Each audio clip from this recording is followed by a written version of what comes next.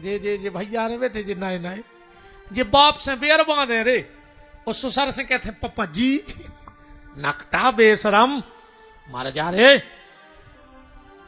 बाप से मुंह नहीं बोल रहा है ससुर से करे पप्पा जी उनको जी लगा कर बात कर रहा है बाप को जी प्राण ले फिर रहा है बाप को 6 दिन से बुखार चढ़ो दवाई नहीं लिया और गोलियों खबर ही नहीं है और ससुर को खांसी चल गई तो 3 दिन से कुत्ता से डरो बेगमगंज में अस्पताल में कैसे पापा जी बीमार है बाप से बोल लग जाए उस ससुर को जी लगा के संबोधन है जो यारे कलयुग अन्य हो तो बताओ ऐसो नहीं हो रहा हो तो तुम तो हमारी बात काटो जी में दम हो सो बात तो करेंगे मनो है बिल्कुल सोचेंगे को कुछ नहीं कह सके भूरा ही सो बहुत दद्दा खून किया सुगर हो रहा है तीरथ कर रही कुछ नहीं होने नौ दुर्गा में तुम मर जो ढूंढो तो सास ससुर खून किया सुगर डारत रहा है और हम तो कहते बजरंग बली तोरे पांव पर है ए बब्बा ए मोरी सुन लीजिए जो अपने बाप से ऊंची आवाज में बात करे ए बब्बा वो कहीं ऐसी औलाद दियो कि मुंह में लात मारे वो चटके अगर सच के सांचे बैठे हो तुम्हारे पांव पर हनुमान जी थे तो जो अपने बाप से बेर बांधे हुए और अपने बाप को चिल्लियात हुए वो की औलादों के मुंह में लात मारे और ये हनुमान जी जौन बंगे अपनी सास को मुंह चलात हुए इनको ऐसी दुष्ट बहू दियो कि इनकी सांप कैसी थुतरी को चले हनुमान तोरे पांव पर हैं ऐसी बहू मिले इनको सांप कैसी थुतरी को चले रोड पे धर के तुम्हारी मार गया हो क्या तो कल से यहाँ हो ही ने यही बचने घर के और करवा ले हमारी कथा 2 साल से पीछे पर एक बार चलो गुरुजी चलो घर के बाद छोरे कछु घर के भाग जाओ कि महाराज तुम तो बाँच लिया अब हमने तो कोलरिया पटका ही लाई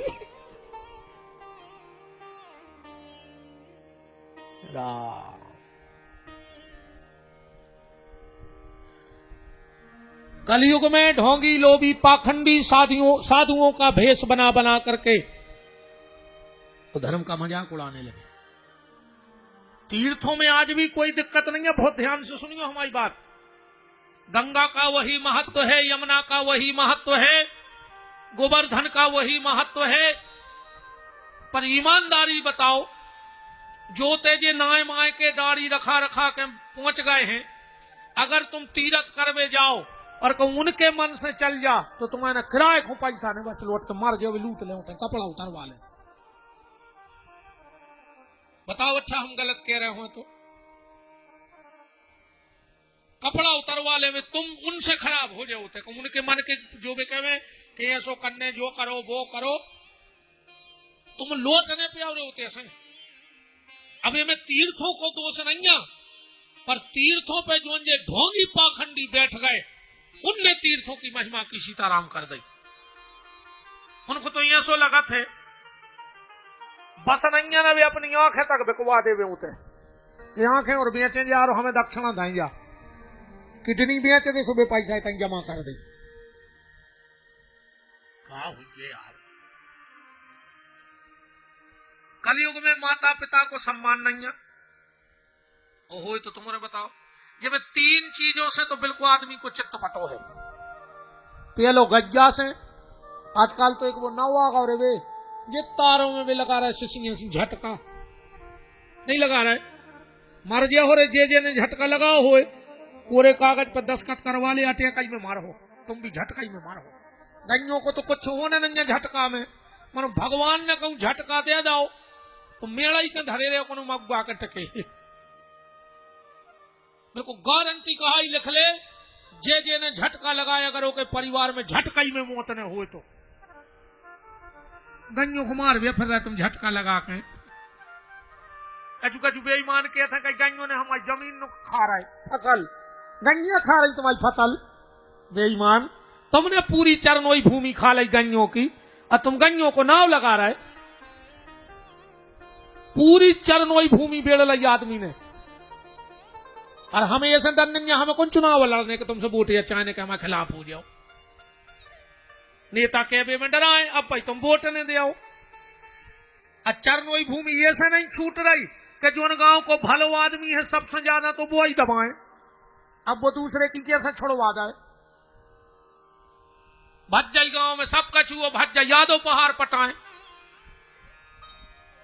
गन्नों को झटका लगा रहे, ऐसो झटका लगे है यार कि तुम कहूं कि नहीं रहे हो। सबसे पहले गैया आदमी को चित्त पटकाओ, बिल्कुल बांधो ही नहीं चाह रहा उन्हें घरे, अब बांधो जल्दी, सिलेंडर मिल नहीं जाए, अब का कच्चे आटो खा ले हो, अब तो कंडा लकड़ेंगे ढूंढता ही फिर हो। गांव में को तो हमें ये से खबर है, आज हमारे घर चर्चा हो रही थी भुंसरा कहीं सिलेंडर बढ़ा गो, हम कौन जजमान से कहते छत पे बना ले चूल्हों से उतना ही बना जो रोटी थी, मिला ही नहीं रहा। वही समय लौट के आए है प्यारे, तन्नक ध्यान से। पहले आदमी गांव से शहर भग रहा हो, तो अब शहर से फिर गांव की तरफ भगन लगो आदमी। देखो तुम वही समय, पहले आदमी भग रहा हो तो अच्छा गांव छोड़ छोड़ शहर, और जो कोरोना की चपेट पड़ी तो फिर आदमों ने अपने गांव के घर बनवा के दद्दा तैयार है सुखी। कंडा लकड़ियों की कोई कीमत नहीं बची थी, सब गैस इंडक्शन, महीना का नहीं मिल रहा सिलेंडर। फिर देखियो तुम मजा शहरों के, सतुगा घोर घोर पीहे रे, बिल्कुल गारंटी जानियो।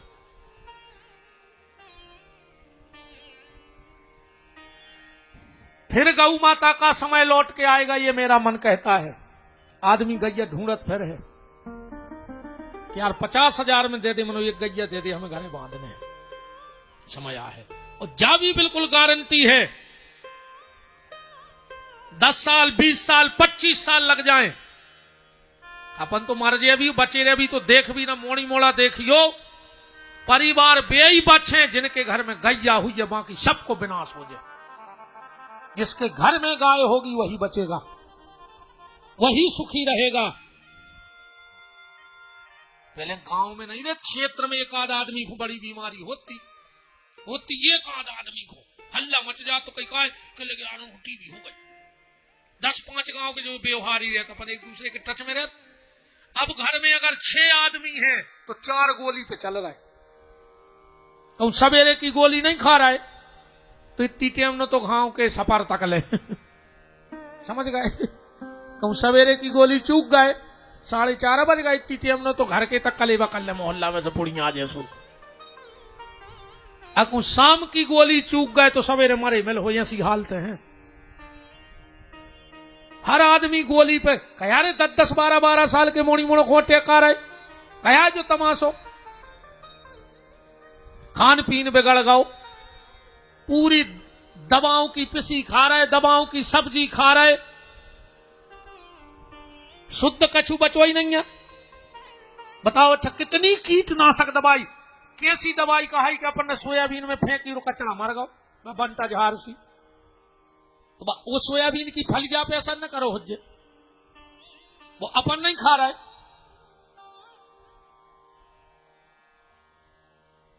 फिर लौट के समय आएगा गौ माता का, फिर आदमी गैया पालेगा, शुद्ध भोजन करेगा।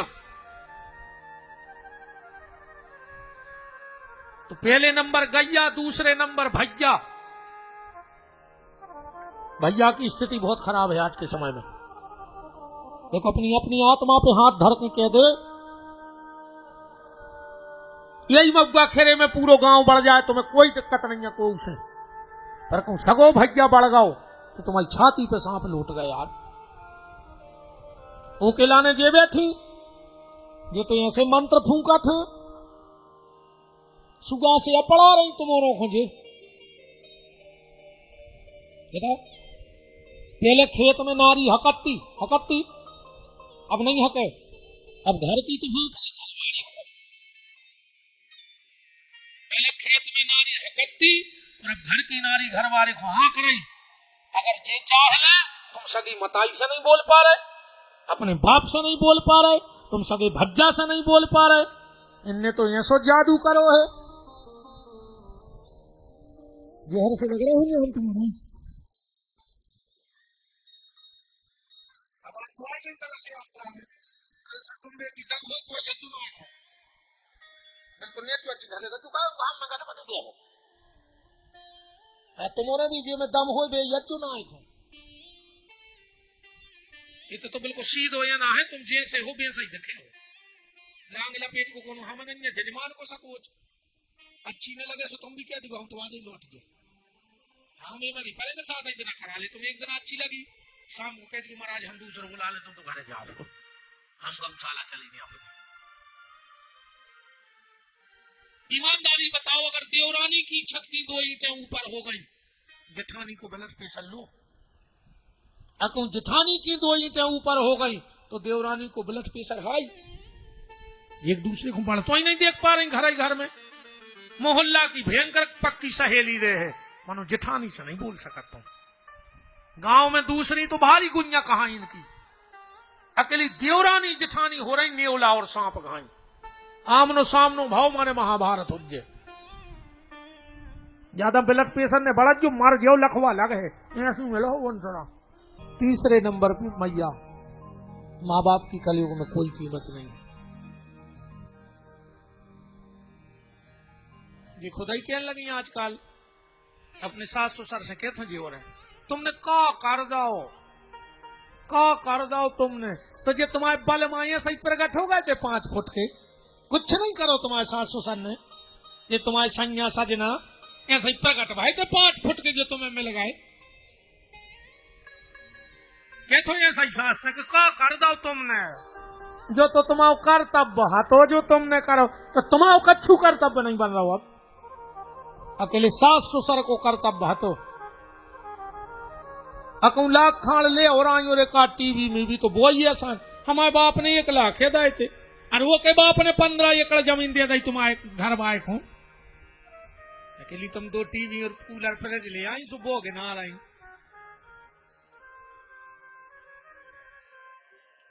करेंगे कितनी खुशियां हो रही अच्छी कह रहा हूं सियानी बताइए अरे खुश हो रही अच्छी तरह करके दे बेटा ऐसी तो हम किया ही नहीं पाए कब अब कल हम तो करियों को देखा थे सुबह क्लास तो सबकी लगे है बचपन नहीं रहो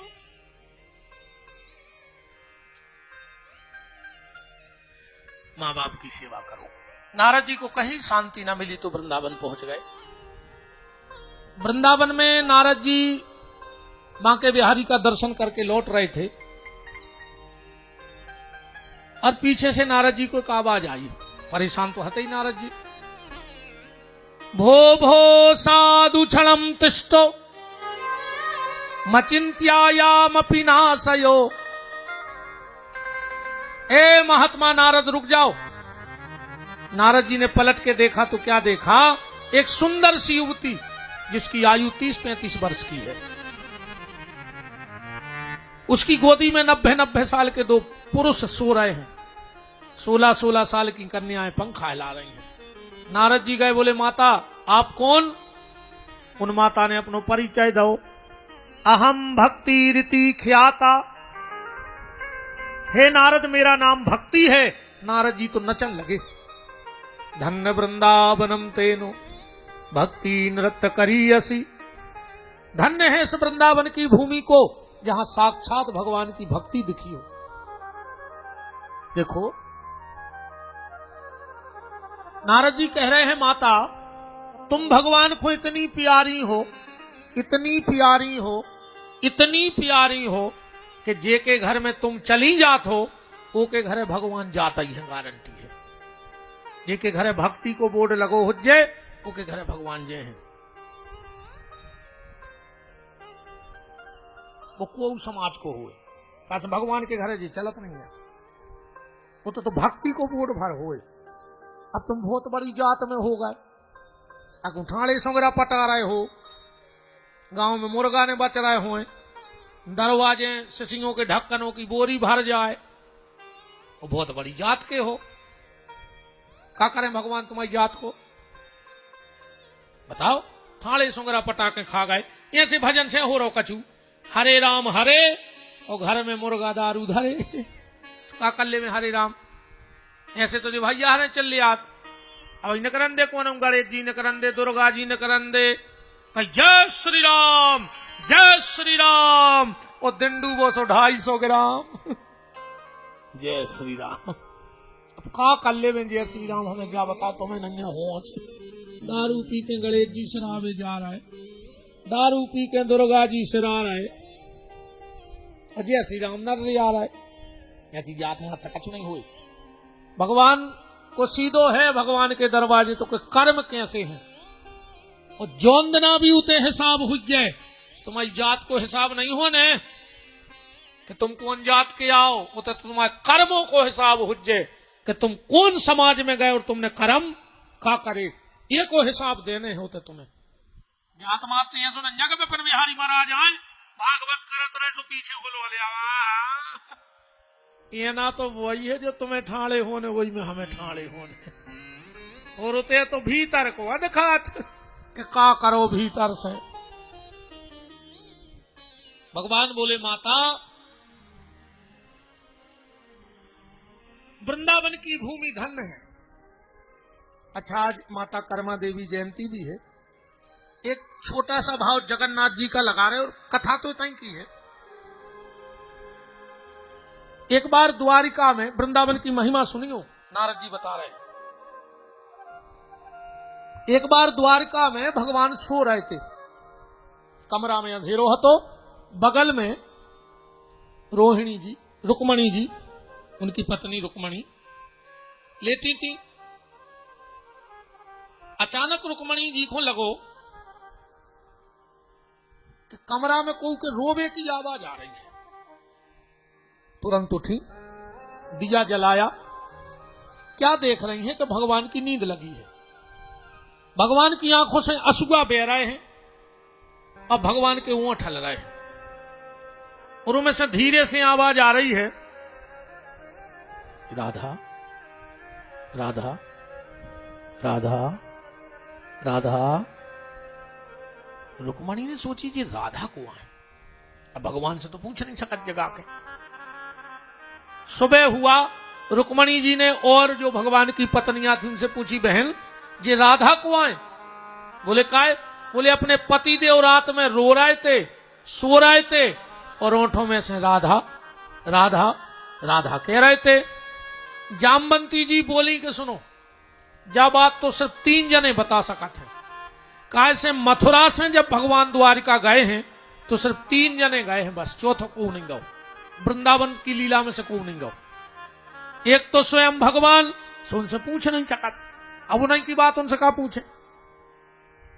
दूसरे बलराम जी बोले बे अपने जेठ लगत और जेठ बहू को कायदा चलत और जेठ को तो कायदा यार अच्छे अच्छे करा थे बहू तो ठीक है अब भाई जेठ को महीना लगन दे तुम्हारे भी घर से न करो कहो तन्ने तो लिया दे दियो काय बोले मूड पे डाल लें जेठ या लगो आदमी तक नहीं निकला तेरे जेठ में बिना मूड धाके फिर बहूंगे तो ठीक है जेठ की मान मर्यादा ज्यादा चलत। तीसरा कौन है बोले माता रोहिणी बलराम जी की मां। भगवान की सब पटरानियां इकट्ठी भई और रोहिणी जी के पहुंची पांव पड़े। रोहिणी जी बोली क्या बात है आज पूरी बंग इकट्ठी हो गई। बोले मां हम एक बात पूछ भी आए हैं। बोले का बोले राधा को आए और जो रोहिणी के कानों में राधा शब्द पढ़ो कुर्सी पे से गिरत गिरत बची। तुम्हें किसने बताया राधा नाम के बारे में। बोले हमारे पति तुम्हारे बेटा रात में रो रहे थे सो रहे थे और राधा राधा कह रहे थे अब बताओ राधा को आए। रोहिणी जी बोली के रुक्मणी हम जरूर बताए हैं कि राधा को आए पहले तुम बताओ कि कृष्ण तुम्हारे को आए फिर हम बता रहे कि कृष्ण की राधा को आए। रुक्मणी जी बोली मां कृष्ण मेरे प्राण हैं मेरा जीवन है मेरी सांसें हैं और मेरी आत्मा है श्री कृष्ण अब बताओ राधा को आए। रोहिणी जी बोली तो सुनो जैसे तुम्हारी आत्मा का नाम है कृष्ण ऐसे कृष्ण की आत्मा का नाम है राधा वो कृष्ण की भी आत्मा है राधा। रुक्मणी जी बोली हमें सुनाओ उनके बारे में कछु। रोहिणी जी बोली नहीं सुना सकत। बोले काय बोले अगर हम राधा की कथा सुने हैं तो मैं राधा कृष्ण की प्रेम लीला सुनाने पर, और दुनिया की ऐसी कौन बताई हुज्जे जो अपने लड़का की प्रेम लीला सुनाए और लड़का सामने आ जाए, फिर तनक तो मान मर्यादा है ही। रुक्मणी जी बोली बे तो अब सो रहा है बे नया है, सुनाओ तुम तो। रोहिणी बोली अब जाई तो तुम जानत नहीं है। जैसे बीन के बजबे पे सांप बिल में नहीं रह सकत, ऐसे ही राधा कहवे पे कृष्ण दूर नहीं रह सकत। हम जैसे ही राधा के और ब्याज हैं। बोले तो एक काम करो, जब वे सभा में चले जाएं तो सुना दियो राधा जी के बारे में। रोहिणी बोली कि बहुत टाइम लगे है वे समझने में। जैसे 6 कोस दूर कहूं कमल को फूल खिल जाए तो भोरा को पता पड़ जाए। 18 किलो 19 किलोमीटर दूर भोरा को पता रहता कि कमल खिल गया, वो सूंगा सूंगा तो है चाहे गली में मर जाए। जैसे इतनी दूर कमल खिलने पर भोरे को पता लग जाता है, ऐसे दुनिया के कोने कोने में को राधा कह देवे तो कृष्ण को पता लग जाता है। ये हमारी बहनें गाती हो तुम्हारे कि राधे राधे रटो चले आएंगे बिहारी। किसी ने राधा कहा और भगवान सामने आ गए, तो राधा की कथा नहीं हो सकत। बोले एक शर्त पे। बोले का? बोले कौन भगवान को भीतर ने आन देवे कहूं। अब सबने सोची भगवान को कुआ रोक पा रहा, कौन की दम है कि भगवान को रोक दे। सत्यभामा बोली एक है द्वारका में जो भगवान को भी रोक सकत। बोले को? बोले उनकी बेन सुभद्रा। सबरी भाभी अपनी नंद के गई, बोले दीदी आज तुम्हें चौकीदार बनने हैं।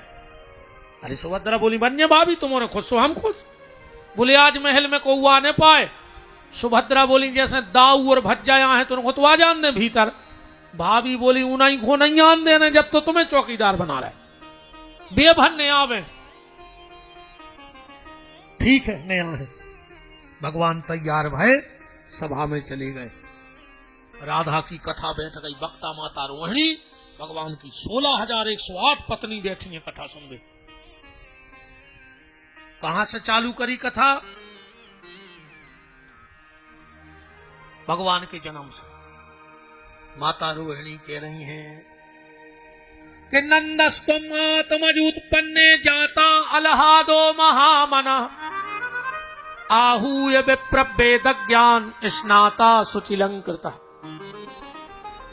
जब तुम्हारे पति भाई जब बधाई गाई जा रही थी कि नंद घर ठोठा जायो है, और इतने में नंद बाबा के कानों में आवाज दूसरी आ गई कि बरसाने से नंद भवन में टीका आयो है। नंद बाबा बोले कि सुवेरे हो रहे थे जी लगन की गाना कब गा रहा हूं। बुलाए कहां के हो?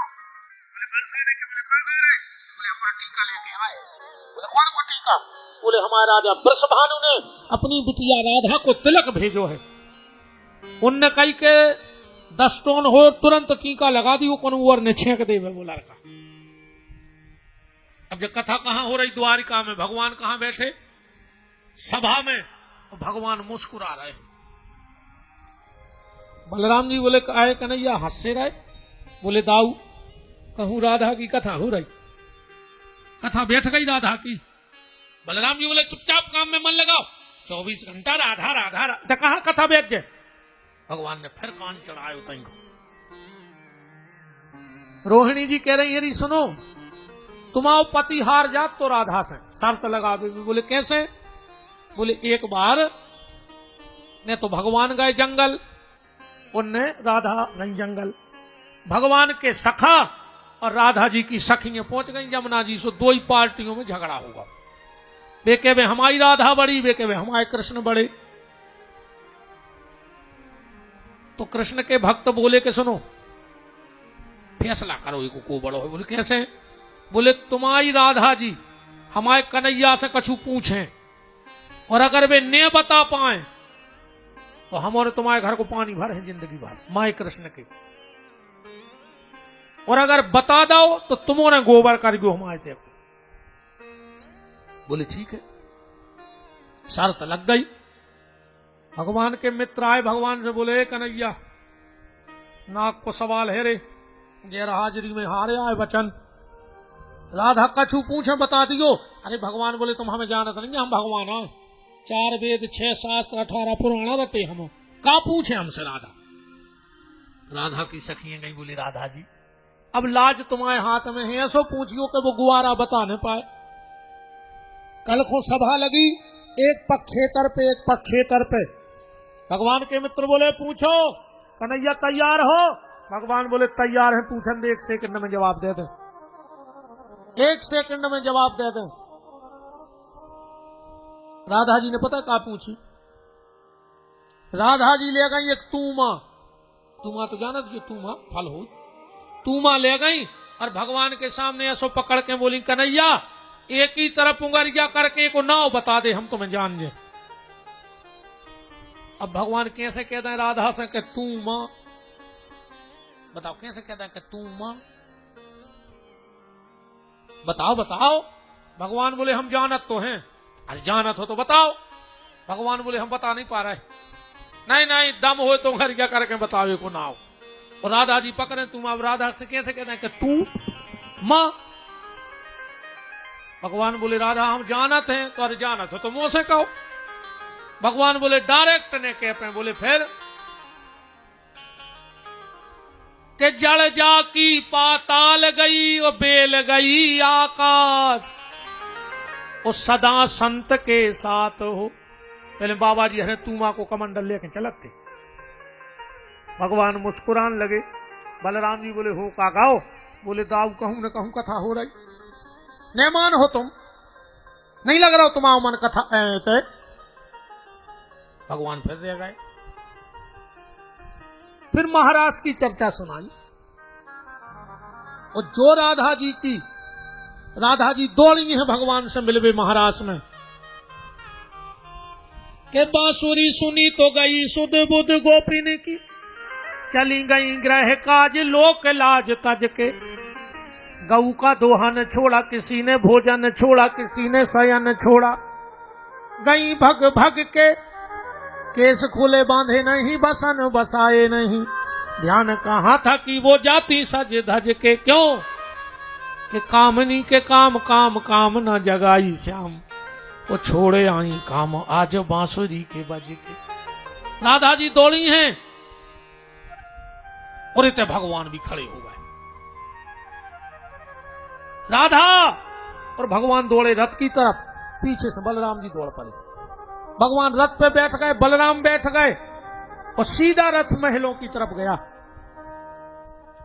जैसे ही भगवान दरवाजे पे गए और सुभद्रा ने दोनों हाथ खोल दिए।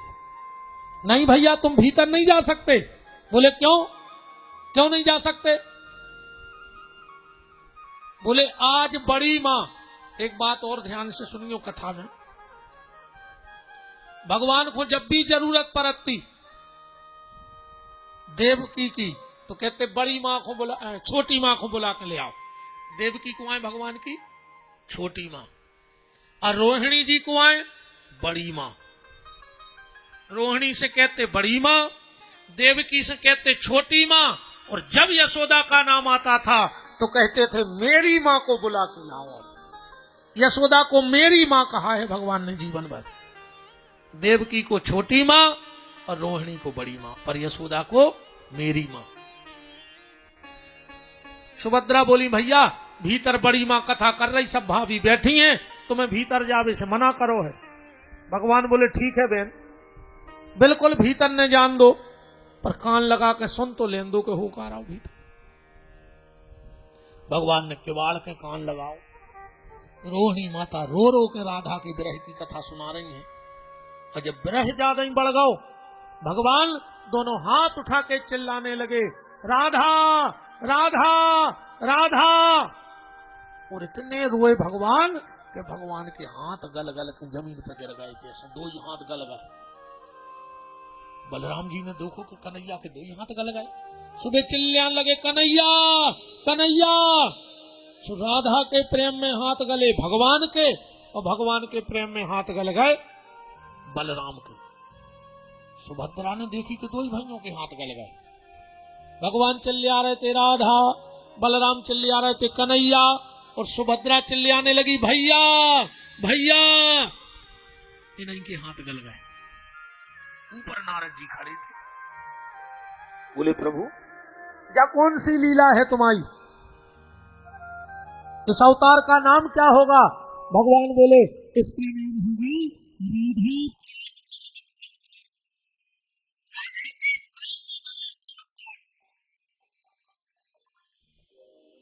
नारद जी बोले, प्रभु हमने तो दर्शन कर लिया, अगर कोई और इस रूप का दर्शन करना चाहेगा कहाँ मिलोगे? भगवान बोले, पुरी में। कैसे? बोले, वो एक राजा धृष्टद्युम्न है, उसके यहाँ कोई संतान नहीं है और वो बहुत समय से पुत्र की कामना से भजन कर रहा है। अब वो कहते हम जन्म ले। भगवान ने राजा धृष्टद्युम्न और उनकी पत्नी को स्वप्न दिया कि कल सुबह तुम समुद्र के किनारे जाना, एक लकड़ी बहती आएगी, तुम उसको पकड़वाना और उसकी 3 मूर्ति बनवाना। हम तीनों भाई बहन प्रकट हो जाएंगे उन मूर्तियों में। राजा सुबह गए तो बहुत बड़ी लकड़ियां बेत आ रही थी।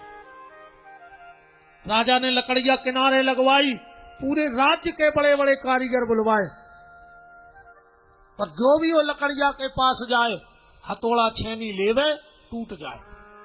राजा परेशान है, मिस्त्री नहीं मिल रहा। फिर भगवान की माया से प्रेरित होकर के विश्वकर्मा जी साधारण कारीगर का रूप लेकर राजा धृष्टद्युम्न के राज्य में पहुंचे। पूरी टेर लगाई, मूर्ति बनवा लो, मूर्ति बनवा लो। राजा ने बुलाया, बोले मूर्ति बनाते हो? बोले हाँ। इस लकड़ी की मूर्ति बनाओगे? वो लकड़ी काय की थी पता है? नीम की। नीम की लकड़ियां हती। क्यों? भगवान ने जब बाली को मारा छुप करके, तो नीम के वृक्ष के पीछे खड़े होकर मारा। तो बाली ने नीम को श्राप दिया कि तू कड़वी हो जाएगी, तुझे कोई शौक से खाएगा नहीं। बताओ, नीम शौक से खात को? बाली ने श्राप दिया। तो भगवान बोले, बाली ने भले श्राप दिया है, पर हम वरदान देते हैं, मेरा एक अवतार होगा और तेरी ही लकड़ी की मेरी मूर्ति बनेगी। जगन्नाथ स्वामी की जो मूर्ति बदली जाते हैं वह सिर्फ नीम की लकड़िया की बनत है, और दूसरी लकड़िया की मूर्ति नहीं बनत जगन्नाथ जी की। विश्वकर्मा जी बोले कि महाराज मूर्ति तो हम बना दे हैं, पर एक शर्त रहे है, एक कमरा में लकड़ियां रखी जे उते हम रहे हैं 21 दिन, न को भीतर जे है न को बाहर है। राजा बोले, हमें तो मूर्ति बनवावे से मतलब, हम क्या लेने बाहर भीतर से। लकड़ी रख दी गई, ताले लग गए। 7 दिन हो गए। रानी बोली, राजा 7 दिन हो गए, वो बड़ा ही खो, ने पानी गाओ ने भोजन गाओ, देख ले मरने गाओ होए। राजा ने कही, जब उन्हें कही थी तो कछु दम से कही 21 दिन के अपनों का लेने, 21 दिन बाद देख भी। 7 दिन हो गए समझा। पर दुनिया में जो सबसे कठिन काम है कि अपनी घरवाली को समझा देवे, और तुमने समझा ले तो हाथ उठा दे, हम जान लिया तुम्हारा क्या भाई। को की दम नैया, जब लक्ष्मण ने केवट से कही कि केवट अगर हमारे भैया पांव धर हैं नाव पे बबन जे नारी, तो तुम अपनी घरवाली को समझा दियो, 2 बनी रहे। केवट बोलो, क्या कह रहा है? अरे लक्ष्मण जी बोले, तुम 1 घंटा से राम जी को समझा रहा है, तो घरवाली को नहीं समझा सकत। केवट बोलो कि भगवान को समझावो सरल है, पर घरवाली को नहीं समझा सके। को की दमनन्या और होए तो हाथ उठा दे। हमारी खुद की दमनन्या हम कौन सकाए? हमने तो समझा दे रे, अब विदेश तक हुआ है, दूसरे देश में कथा करे आए, तो अब मनु घरे जाके हम ही समझ जात को कल में पानवाओ से जो कछु देवी तुम कहो सो भाई सांची, तुम आम खोई मिली कहो सो अपन ने कही हवी मिली जाए को पर रहो बवाल में। बताओ 14वें दिन, ध्यान से सुनना बात, 14वें दिन रानी ने कबाड़ खोल दिया, राजा को नहीं बताई। मंत्री दौड़ के गया, बोले महाराज रानी महल के कमरे को ताला खोल रही, राजा तो पागल हो गए। दौड़ करके आया, जब तक गेट खुल गया तो वहां क्या देखा कि ने विश्वकर्मा जी हते ने हथौड़ा छेनी, 3 मूर्ति पड़ी थी, वे भी बिना हाथ भरने बन पाए थे। राजा तो जमीन पे सिर पटकन लगो, ए रानी तूने क्या किया, मूर्ति खंडित हो गई। आकाशवाणी हुई, नहीं राजा, मैं इसी रूप में प्रकट होना चाहता था। तेरी पत्नी ने कोई गलती नहीं की, उसने तो मेरी लीला में मेरा सहयोग कर दिया, मुझे बिना हाथ के अवतार लेना था।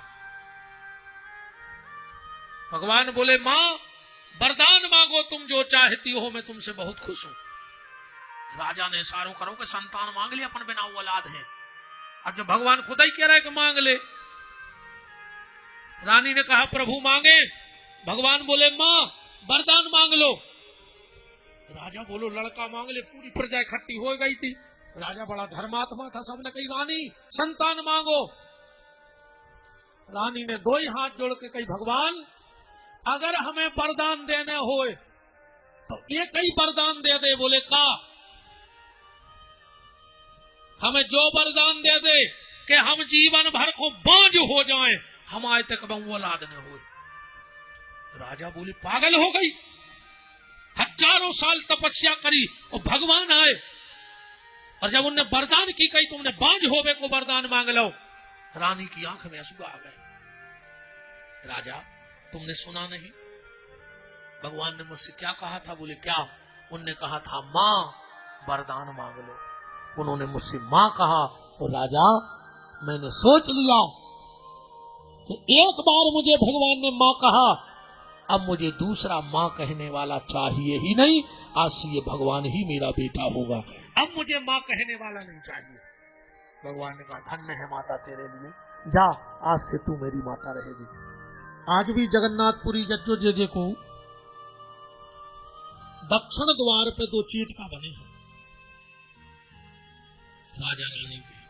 आज भी जब कराए दिन लगा थे तो भगवान के हाथ पे पिंडा धरे जाते, सामने पूजा हो जाए फिर भी पिंडा विसर्जन होंगे। भगवान आज भी अपने बहुदद्दा के पिंडा पाल रहे हैं।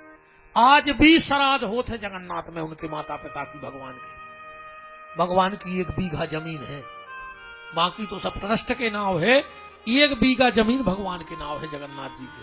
बस ठेका से दैया, जो पैसा आउट है वो अलग धरो जात, और वही पैसा से कराए दिन में भगवान अपने माँ बाप की श्राद्ध करा थे। आज भी पता कर लियो, हजारों साल पुरानी बात हो गई। आज भी वे पैसा भगवान से छिपाए जे हैं, चंदन भगवान से छिपाओ जे, फिर उन ब्राह्मणों को टीका लगा कर दक्षिणा दिए, सिर्फ वो पैसा में से जो वो जमीन को आउट है भगवान की 1 बीघा। अब हमें क्या बताओ अपनो मोड़ा कब नो पिंड दान कर है, एक दिन वो को भी तो हो जाए, फिर वो को भी हो जाए। पर धन्य रे राजा रानी ऐसो ना तो भगवान से जोड़ गए कि हजारों साल से रेगुलर पिंडदान हो रहा।